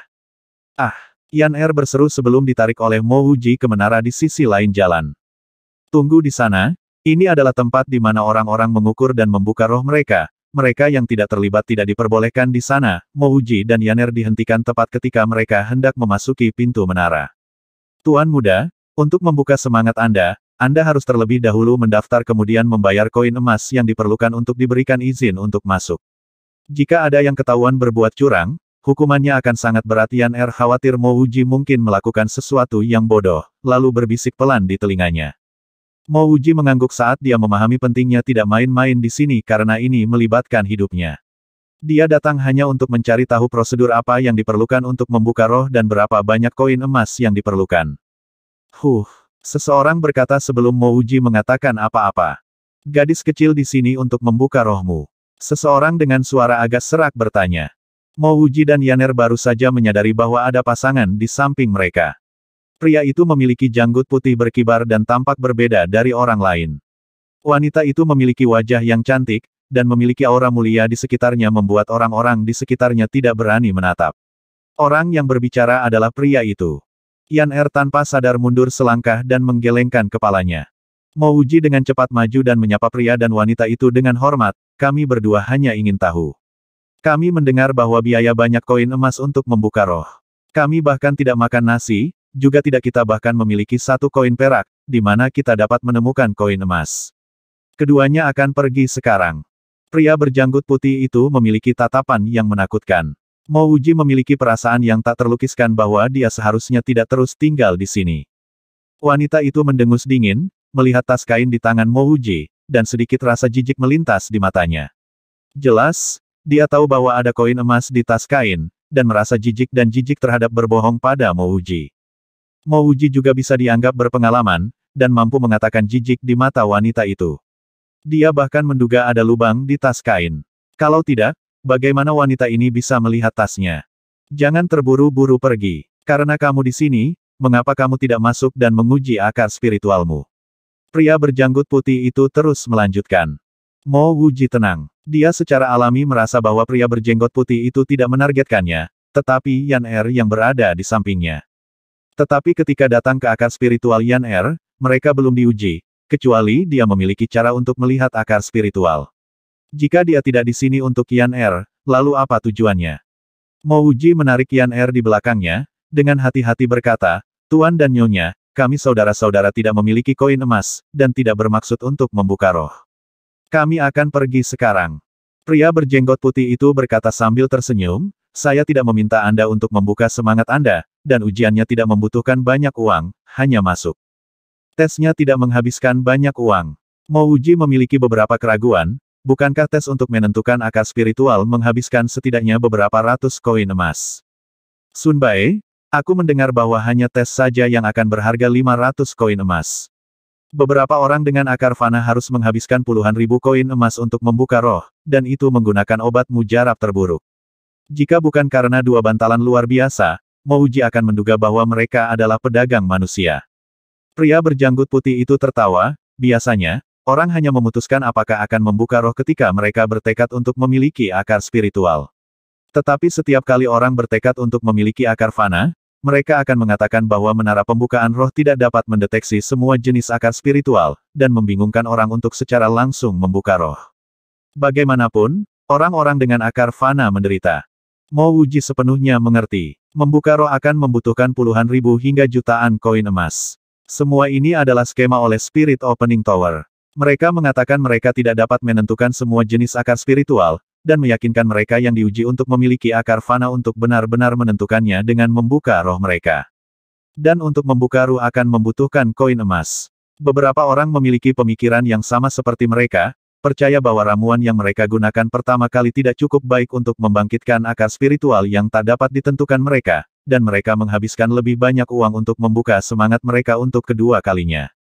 Pada saat ini, Mouji adalah 100% yakin bahwa ayahnya yang malang pasti telah ditipu pada kali pertama.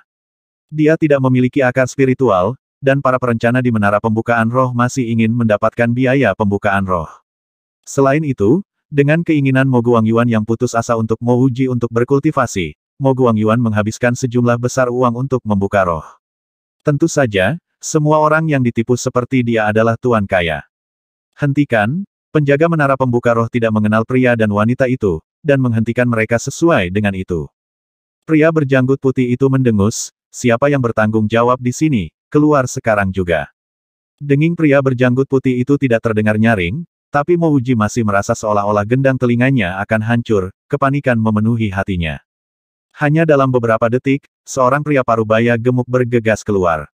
Dia pergi untuk membuka pintu masuk ke menara, memberi pria itu dan wanita itu tatapan bingung. Rupanya, bahkan dia tidak mengenali mereka. Pria berjenggot putih itu mengangkat medali batu giok dan berkata, "Bawa saya ke ruang tes spiritual terbaik di sini." Ketika pria gemuk itu melihat medali giok, tangannya gemetar sedikit, dan dengan cepat berkata dengan hormat, "Ya, saya Diakon Liu Chunsan. Silakan ikuti saya." Mouji merasakan kekuatan yang kuat menariknya, menyebabkan dia tanpa sadar mengikuti pria dan wanita itu ke menara. Wajah Mouji menjadi hitam. Dia memang ingin menguji akar spiritualnya, tetapi dipaksa untuk tidak bisa menolak, membuatnya mendapatkan bayaran aku sangat tidak nyaman. Menara pembukaan roh bisa dianggap luas. Mouji melihat beberapa orang membayar koin emas, ternyata mereka di sini untuk menguji akar spiritual mereka atau membuka roh mereka.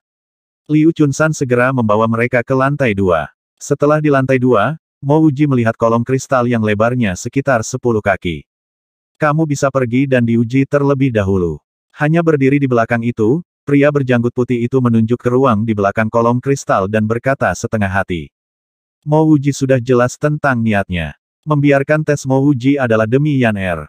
Pada saat ini, Mouji bisa menebak bahwa pria berjanggut putih itu optimis tentang akar spiritual Yan Er, meskipun dia tidak tahu bagaimana pria berjanggut putih itu bisa melihatnya dengan santai. Meskipun dia telah diuji sebelumnya, dan dia tahu bahwa dia tidak memiliki akar spiritual, Mouji masih memprihatinkan. Dia berharap tes sebelumnya salah, dan dia sebenarnya memiliki akar spiritual. Pada saat ini, dia bahkan ingin agar orang-orang yang mengkhianati ayahnya yang malang telah membiarkannya menguji untuk kedua kalinya. Mouji juga jelas, bahwa kemungkinannya rendah. Tuan muda, silakan pergi untuk ujian. Kata-kata yang Mouji katakan kemarin membuatnya sangat jelas kepada Yan Er bahwa Tuan Muda sangat bersemangat untuk memiliki akar spiritual. Mouji mengangguk, mengambil napas dalam-dalam, pergi ke platform pengujian dan melangkah.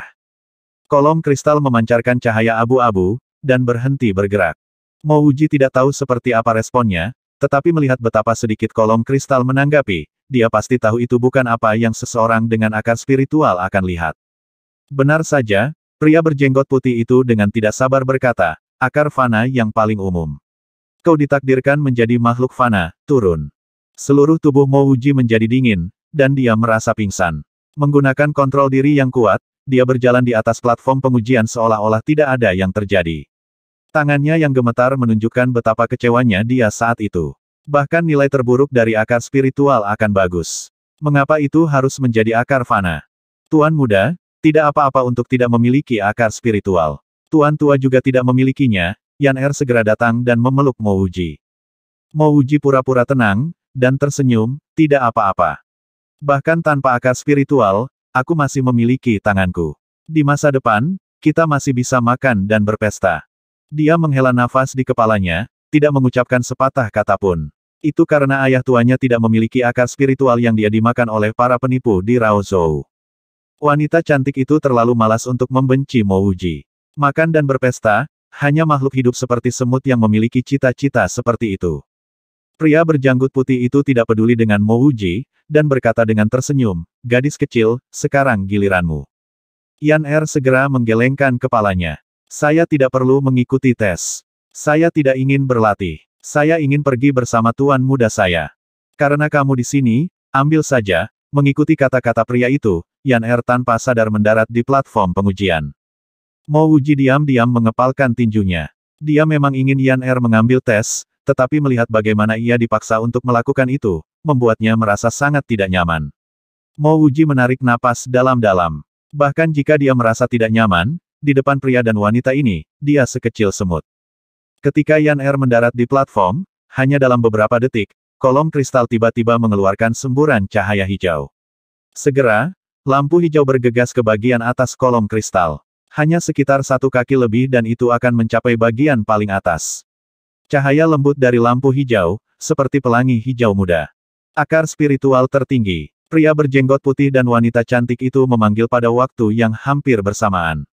Mo Wuji melihat tatapan sinting di mata mereka. Benar saja, mereka ada di sini untuk Yan Er. Mo Wuji tidak bisa membantu tetapi merasa tak berdaya. Haha, pria berjanggut putih itu tertawa keras. Aku tidak menyangka kalau aku, Li Yuanhua, akan menemukan murid yang berkualitas seperti itu saat melewati tempat kecil ini. Wanita cantik yang diam ini sambil memotong pria berjanggut putih, Li Yuanhua, dia tidak cocok untuk Li Api Sekte Anda. Saya sudah memutuskan untuk menerima dia menjadi murid terakhir saya. Li Yuanhua bagaikan seekor bebek jantan yang lehernya tersambar, suaranya berhenti. Setelah beberapa saat, dia berteriak dalam kemarahan, Jing Feilan, apa maksudmu? Kamu sudah memiliki 5 murid, sementara aku bahkan tidak memiliki 1 pun. Jing Feilan tetap tenang dan berkata, setelah mengambil dia sebagai muridku, aku tidak akan lagi membicarakan tentang insiden itu. Seluruh wajah Li Yuanhua berubah merah, bahkan lehernya merah, tetapi dia tidak membantah. Mo Wuji dapat melihat dengan jelas bahwa Jing Feilan memiliki sesuatu pada Li Yuanhua. Setelah 10 detik penuh, Li Yuanhua berbicara, satu kata pada satu waktu, Jing Feilan, saya dapat menjanjikan hal-hal lain, tetapi saya harus memiliki murid ini. Anda tidak dapat menjadi tidak masuk akal. Jika saya tidak tiba-tiba menemukan kualitas rohnya, akan Anda bahkan tahu keberadaannya. Jing Feilan berkata enteng, dia tidak pernah dikultivasikan tetapi alisnya dikelilingi oleh pesona spiritual. Bahkan jika kamu tidak membawanya untuk ujian, aku akan melakukannya. Menyelesaikan kalimat ini, Jing Feilan tidak menjelaskan lebih lanjut, mengambil burung kertas merah. Seakan dia berbicara sendiri, dia berkata, biarkan aku pertama mengirim pesan ke Li Api Sekte. Li Yuanhua melihat tindakan ini, menginjak dengan paksa dan dengan getir berkata, sungguh kejam. Menyelesaikan kalimat ini, dia berbalik, bergegas keluar, dan segera menghilang tanpa jejak. Setelah Li Yuanhua pergi, Jing Feilan dengan lembut menatap Yan Er dan berkata, siapa namamu? Jadilah muridku dan kultivasi denganku, oke. Yan Er seorang diri merawat Mo Wuji selama bertahun-tahun. Pikirannya jauh lebih dewasa daripada orang lain seusianya. Setelah adegan itu, bagaimana mungkin dia tidak tahu bahwa dia memiliki akar spiritual, dan akarnya sangat bagus sehingga wanita ini ingin dia menjadi muridnya. Meskipun kebahagiaannya memiliki akar spiritual yang baik, Yan Er sangat jelas bahwa begitu dia menjadi murid wanita ini, dia harus meninggalkan tuan muda. Kota Raozhou jarang melihat orang dengan akar spiritual. Dia bahkan tidak pernah mendengar orang dibawa pergi untuk belajar seni spiritual.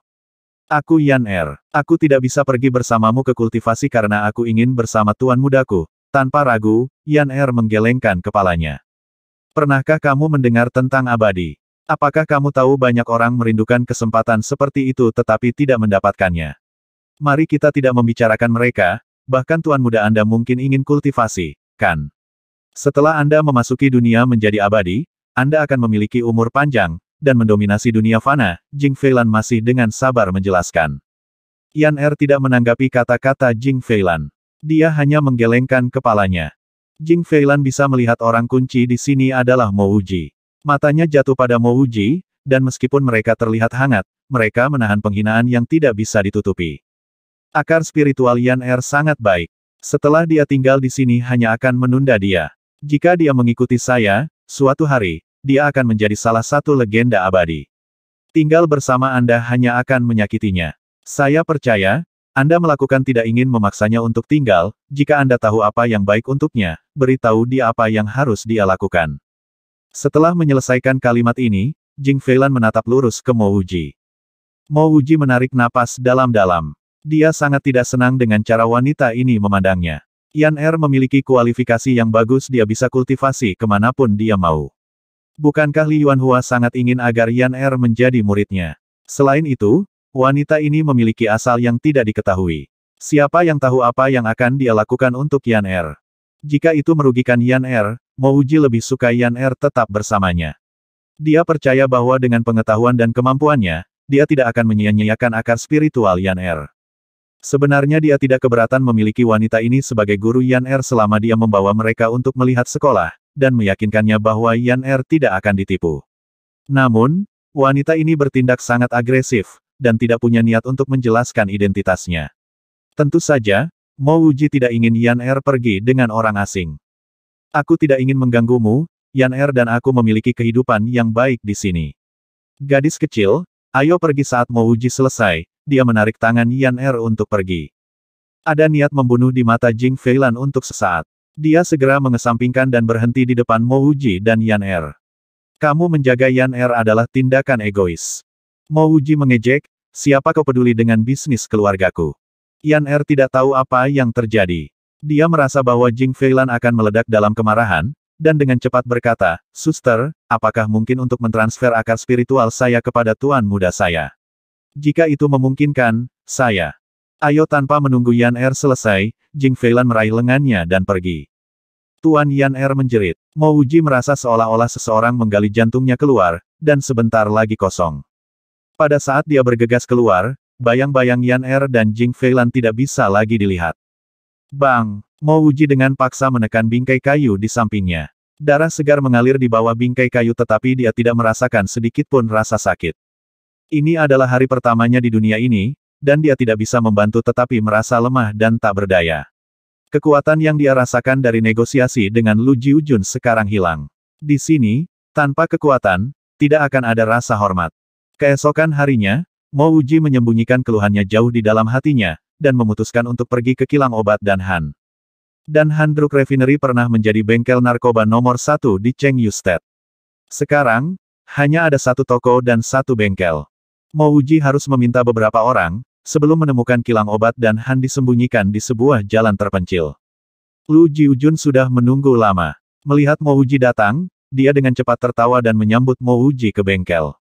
Old Lu, kilang obat Dan Hanmu benar-benar tidak kecil, Aku hampir tidak bisa menemukannya. Melihat keadaan yang menyedihkan dari kilang obat Dan Han, Mo Wuji merasa kecewa.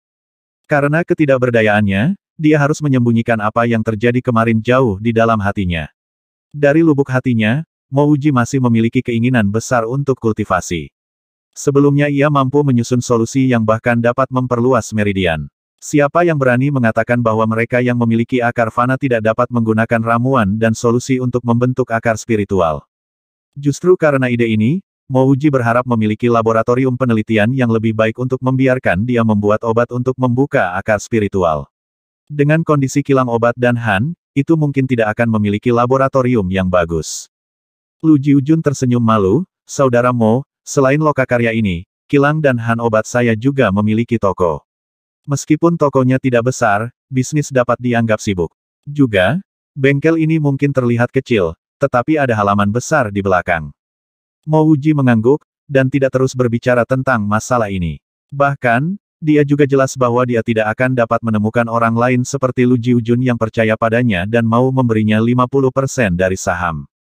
Lu tua, kau tahu situasiku sebelumnya. Meskipun aku tahu cara memperbaiki narkoba, Aku tidak mengerti tentang permintaan pasar.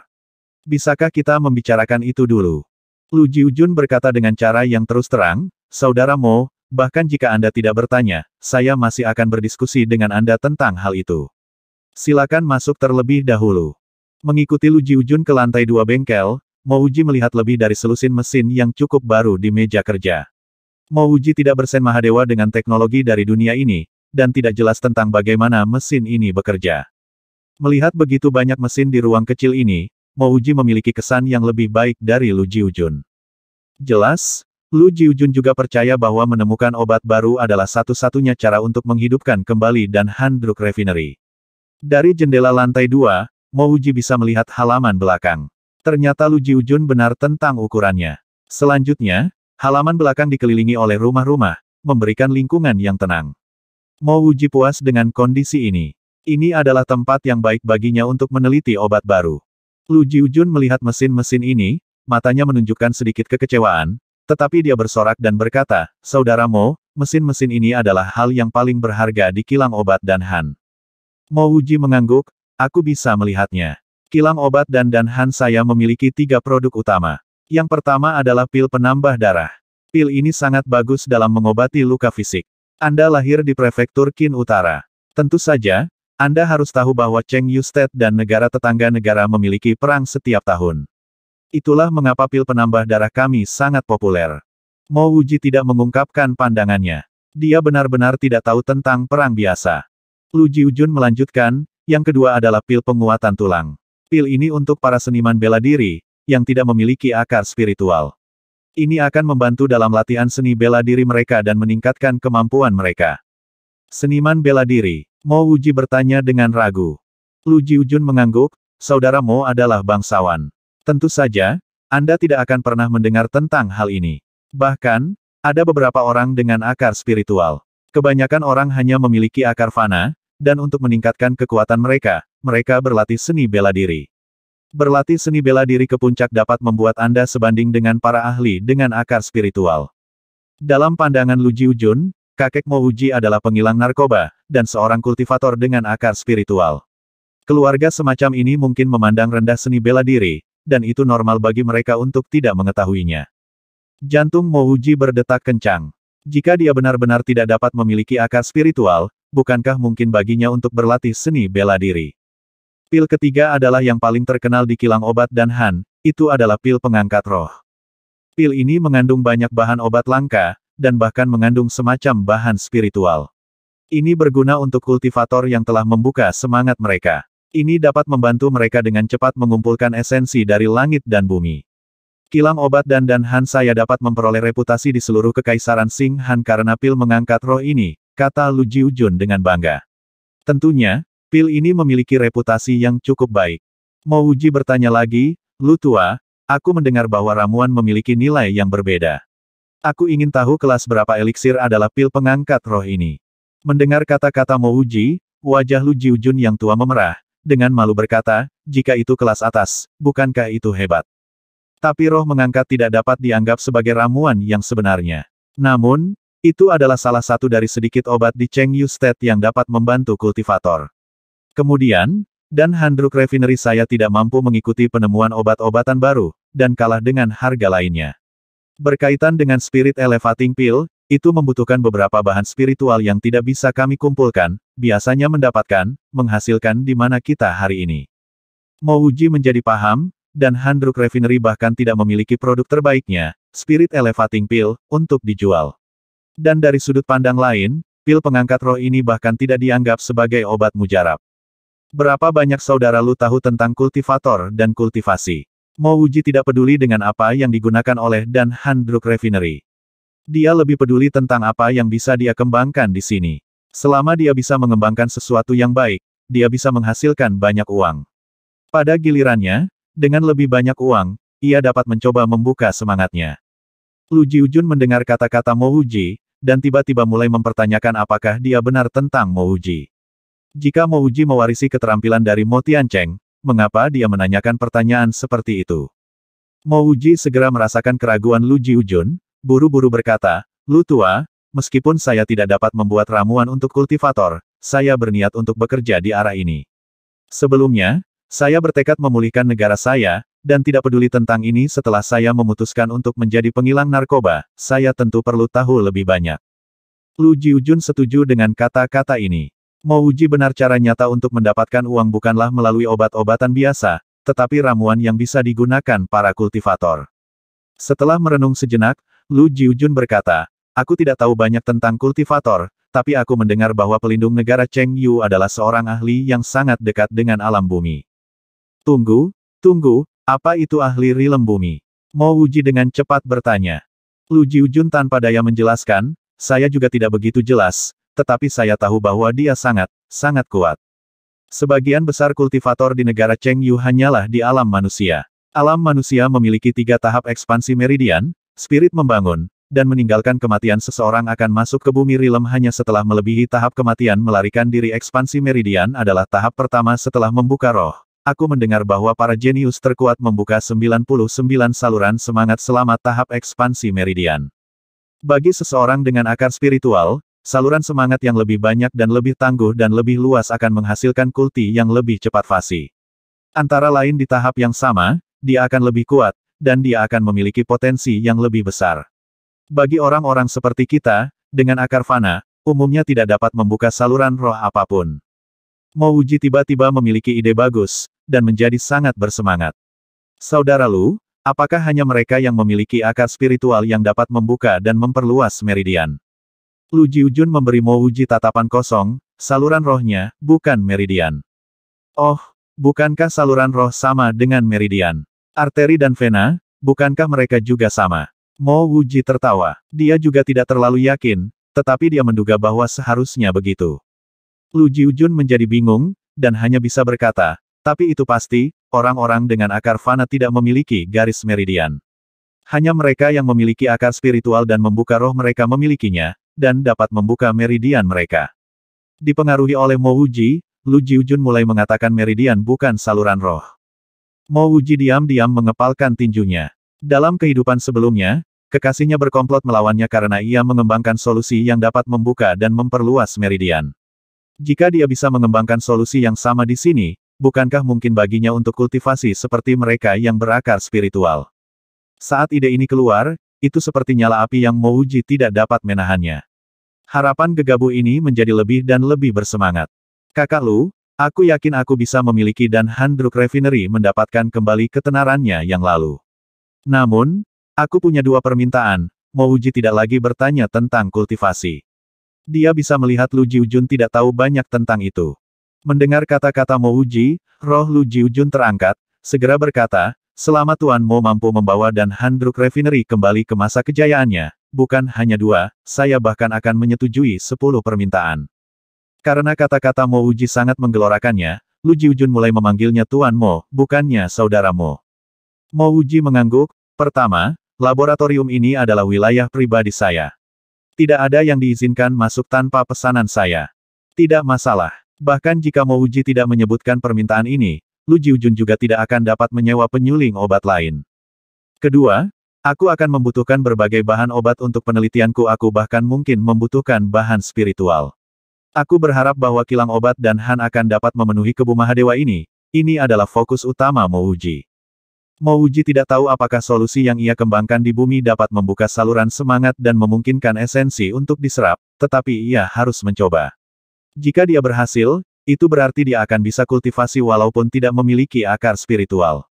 Lu Jiujun ragu sebelum berkata, Tuan Mo, jika kilang obat dan Han mampu menghasilkan keuntungan, ini juga tidak akan menjadi masalah. Mo Wuji berdiri, tersenyum dan menawarkan tangannya, Lu Tua, aku menantikan untuk bekerja denganmu. Memilihku menjadi kepala penghisap obat adalah keputusan yang sangat bijaksana. Lu Jiujun tidak mengerti arti di balik tangan Mo Wuji, tapi dia dengan pahit tersenyum dan menjabat tangan Mo Wuji. Apakah ini pilihan yang bijaksana? Dia tidak tahu. 10.